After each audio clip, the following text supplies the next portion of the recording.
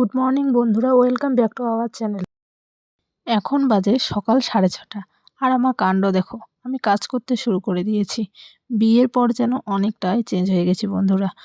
তখন মায়ের কথা খুবই মনে পড়ে। সকালে ঘুম থেকে দেরি করে ওঠা, যখন যেটা ইচ্ছে হতো সেটাই করতাম। আর এখন তার ঠিক উল্টো, আমাকে আমার কাজগুলো তো করতেই হবে। তো যাই হোক বন্ধুরা, এটাই তো জীবন। তবে আমি কাজকে ভয় পাই না, যদি সেখানে ভালোবাসা থাকে।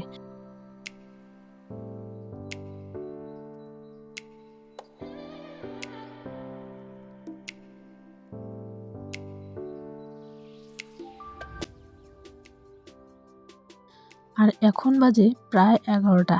গ্রামের বাড়িতে কিন্তু অনেকটাই সুবিধা পাওয়া যায় বন্ধুরা। তোমরা দেখতেই পাচ্ছ, আমি কিন্তু শাক তুলতে এসেছি। তাজা তাজা শাক তুলতে এসেছি, এটাই আমার খুব ভালো লাগে। তো তোমাদেরকে দেখাবো আমি কতটা শাক তুলেছি, চলো দেখো। তো আমি কিন্তু বাড়িতে চলে এসেছি শাকগুলো নিয়ে। তো দেখো কতটা সুন্দর লাগছে, আমার তো খুবই ভালো লাগে এরকম শাক তুলতে। সত্যি তোমরা দেখো।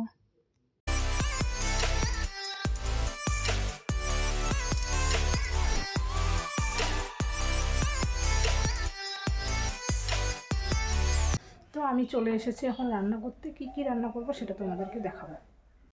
এখানে রয়েছে মাছ, এগুলোকে এখন আমি ভেজে নেব।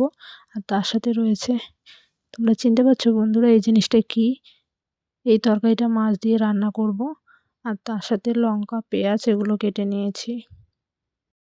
এটা হচ্ছে ধনেপাতা, এগুলো শাকে দিয়ে দিব। আর এদিকে আমি ভাতও বসিয়ে দিয়েছি। আজকে একটু বেশি ঠান্ডা লাগছে মনে হচ্ছে, তার কারণ এর আগের দিন না একটু হাওয়া দিয়েছিল, তাই আর আজকে সূর্য মামাকে দেখতে পাওয়া গেল না।